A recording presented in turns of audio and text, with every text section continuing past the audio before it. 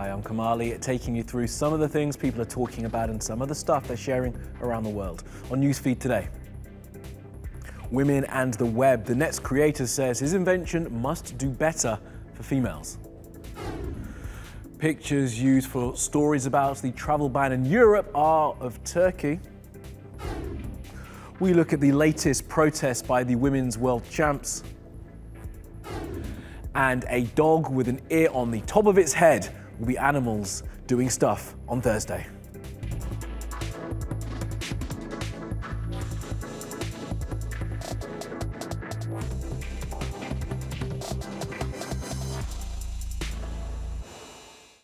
And it's top of our newsfeed, women and the internet. On the birthday of the building of the World Wide Web, the architect of that project, Berners Lee, has a message for everyone, and it's not bon anniversaire.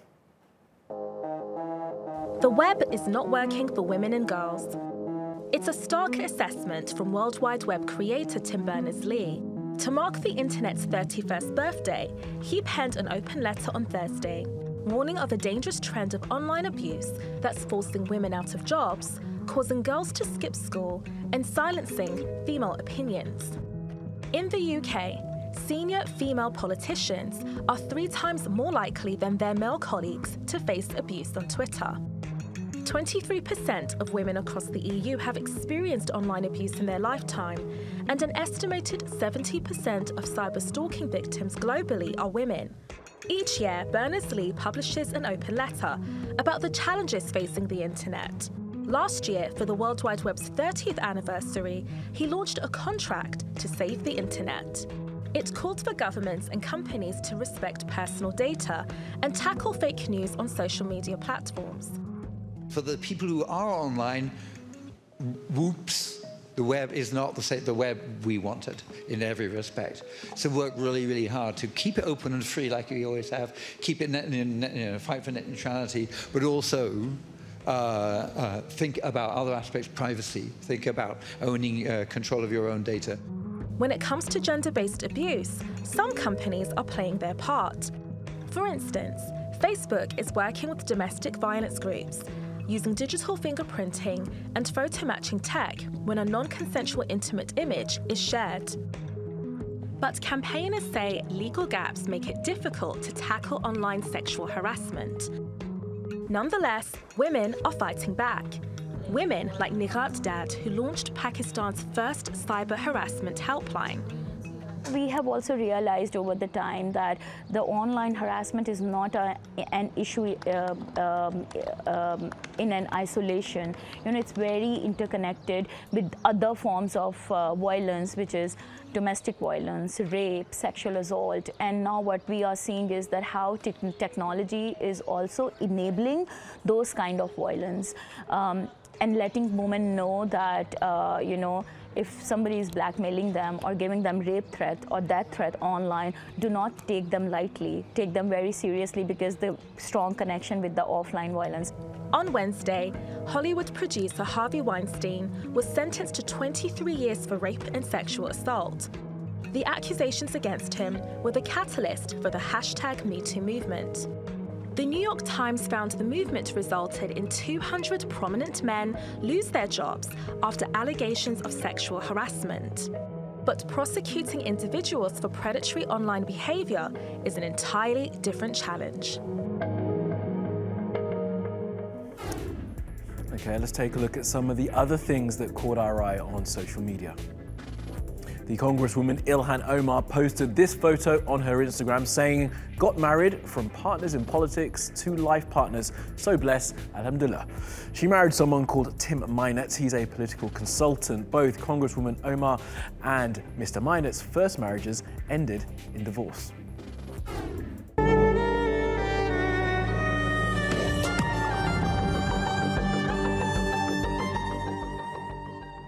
Well, this is a video of Lindsey Sterling playing the violin at Kennedy Space Center. She's on the launch pad of NASA's new Artemis rocket, and the song she is playing is conveniently also called Artemis.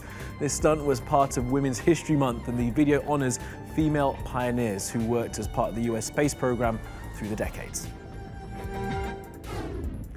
Activision, the company who make the Call of Duty series of games, say 6 million people have played their latest offering in 24 hours. Call of Duty Warzone is the company's attempt to tap into the online first-person shooter battle royale market, which is dominated by games like Fortnite and PlayerUnknown Battleground. Now, one of the world's biggest companies, Saudi Aramco, has had to say sorry after some of its employees thought using a person as a walking hand sanitizer dispenser would be a good idea.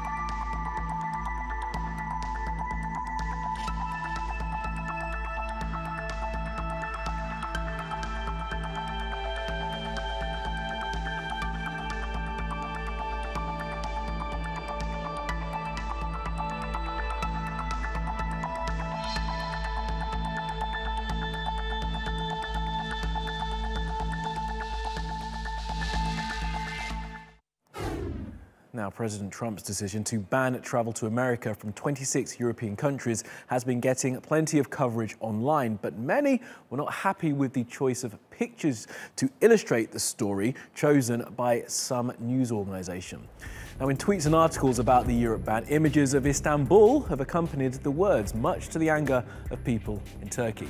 Turkey's not currently part of the travel ban, which made many online wonder why the New York Times, CNN and the BBC used images which were from Istanbul. The climate activist Greta Thunberg has modified her movement, asking for a hashtag digital strike this Friday rather than taking to the streets. She says gatherings like a school strike should be stopped for now, well, not in the numbers that usually come out. She's asked for people to post pictures of themselves with the hashtag climate strike online. All Twitter employees have been told to work from home over paranoia about the spread of COVID-19. They put out a statement saying that the health and safety of their tweets is their top priority and that now all employees globally must work from home. While Amazon say they are restricting sellers on their third-party marketplace who can trade in hand sanitizers and face masks. People have been making lots of money off the worries of others. Amazon have taken drastic action against this by only offering these kind of COVID-related products through their own stores with prices that are normal. Now, prisoners in Taipei have woven themselves into the global COVID-19 story. They're using their sewing skills, honed from stitching prison uniforms, to make something they say lets them contribute to society.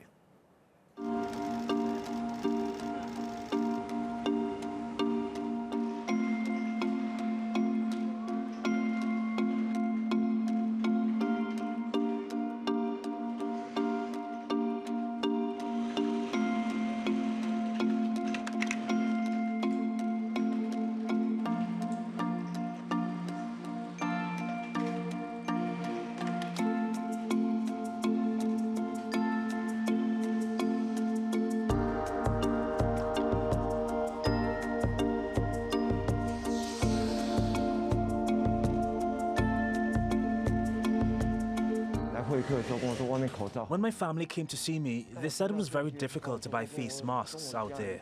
I said to them, Daddy is making face masks here, and maybe you will have the benefit and the opportunity to use them. Every time I was sewing the face masks, I was thinking to myself that this could bring some security to my family.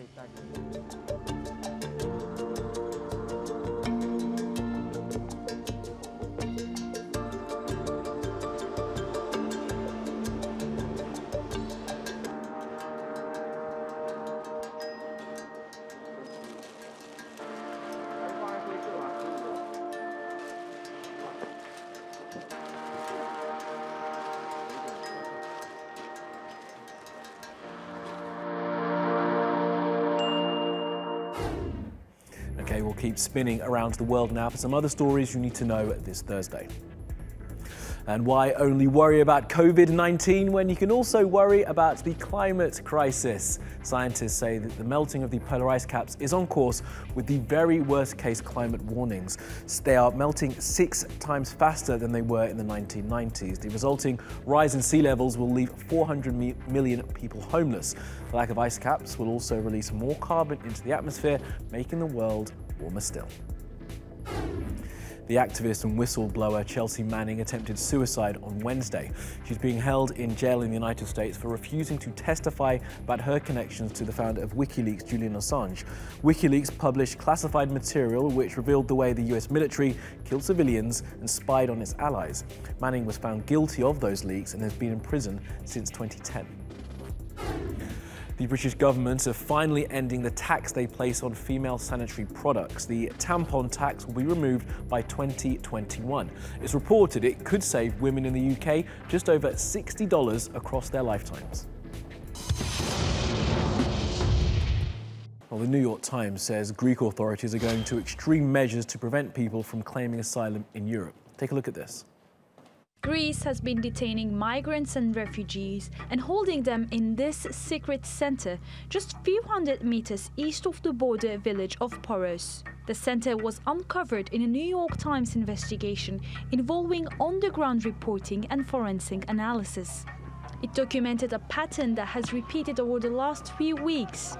People are detained by security forces near the Turkish border, stripped of their clothes and belongings before being sent to what a former UN special reporter compares to a black site. They are eventually expelled to Turkey, naked and barefoot. One Syrian refugee captured by the Greek border guards said, "People were being held without food and water and treated like animals at the center." The former UN official says Greece's actions are a violation of international law. The center represents a violation of the right to seek asylum and the prohibition of cruel, inhuman and degrading treatment and of European Union law. Greek security forces have killed at least 4 asylum seekers who tried to cross into Europe from Turkey. One of them is Muhammed Yaroub, a 22-year-old Syrian from Aleppo. Greece has denied involvement in his death as fake news. But an investigation by Forensic Architecture concluded Greek security forces targeted people trying to cross the border with live ammunition.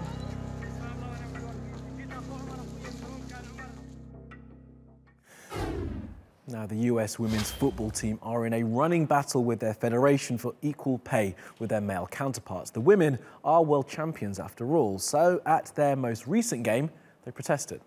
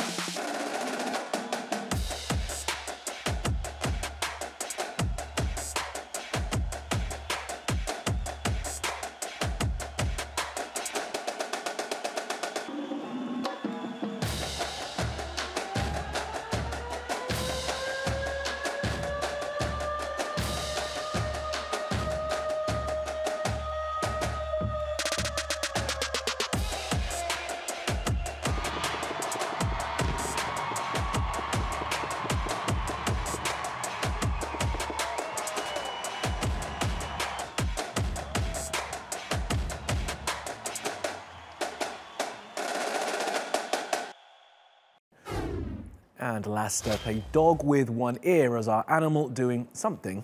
Pictures of a golden retriever with an ear on the top of its head has been used by the humans who own the animal for an Instagram account called Golden Unicorn Ray.